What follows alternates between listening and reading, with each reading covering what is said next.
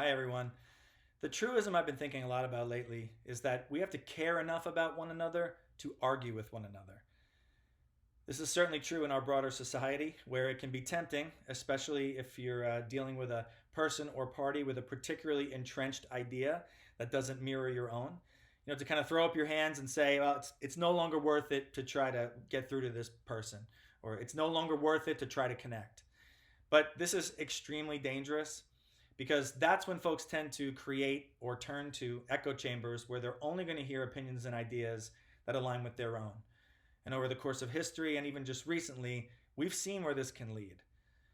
I love the way that Bono from U2 puts it. He said, people tend to rid the room of argument until they have no one left except people who agree with them. This is understandable, but it's a shame because friction makes us sharper and it clarifies our thinking.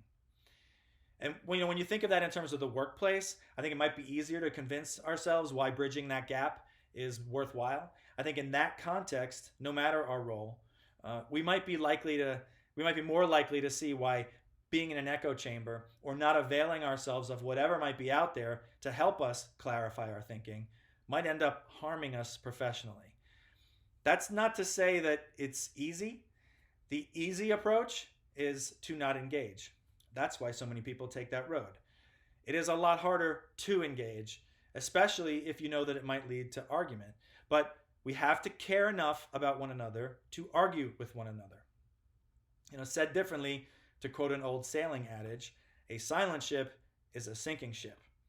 If in your company or on your team you've got folks regularly sharing their opinions and stirring things up, no, that doesn't make your job any easier, but it is a sign that they care.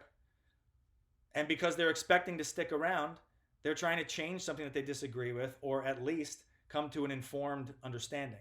But if nobody's arguing with you or presenting their opinions that sometimes you disagree with, this is not because you're such an awesome leader or teammate that you're just nailing everything. You're human, so that is not ever going to be the case. What it means is that people don't care enough about you or about the company to make themselves uncomfortable. They're not invested enough, so they just shrug their shoulders and they get on with it, meaning that they've already got one foot out the door. By the way, if folks aren't sharing, it may also mean that you haven't created a culture where they feel safe to do so, something else that needs to be remedied. We're in the process right now at Think Company of finishing up our annual evaluations. And I want the same feedback that anybody else gets. So when mine came in, I oddly recognized that I was glad that I didn't get the highest marks across the board. It wasn't just, you're all good, keep doing what you're doing, as those things tend to be sometimes. And I thank the folks that provided me with feedback for putting themselves out there to be constructive and be honest and tell me where they thought I could do better. Because that showed me that they cared enough about me and about the company to do so. Maybe getting high marks across the board is a quick sugar rush, but it's pretty meaningless because what is someone supposed to do with that information? How can they continuously improve? How can they get any better? Which is, one of our core values, continuous improvement. It should be everybody's, I think. We don't always want to hear it, of course, when someone gives us constructive feedback or criticism. And believe me, I have had to do a lot of work on myself over the years and still do to not immediately resort to a defensive position or take it personally.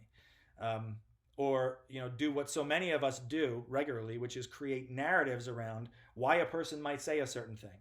Like, well, I bet I know who said that, and they probably said it because XYZ. But what does that accomplish? Really, that's just trying to make ourselves feel better or create a rationale for why we don't have to act on the feedback, why we don't have to do anything. And that is just building and reinforcing the echo chamber.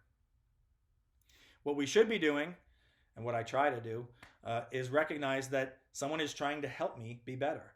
At the very least, by helping me understand how other people might see a certain scenario or how certain things I've done or said have landed, even if I ultimately don't decide that any correction is necessary. By the way, if you're one of the folks that says, oh, you don't have to worry about me giving feedback, I'm brutally honest. My response to that never wavers. The feedback is great, but let's not be brutally anything. A better future for all of us at work and in society requires us being able to talk to one another, to share where we're at and where we're coming from without fear, learn from one another, and figure out a path forward of mutual benefit, safety, and security. That will not happen if we throw up our hands and retreat to our respective corners. We have to care enough about one another to argue with one another.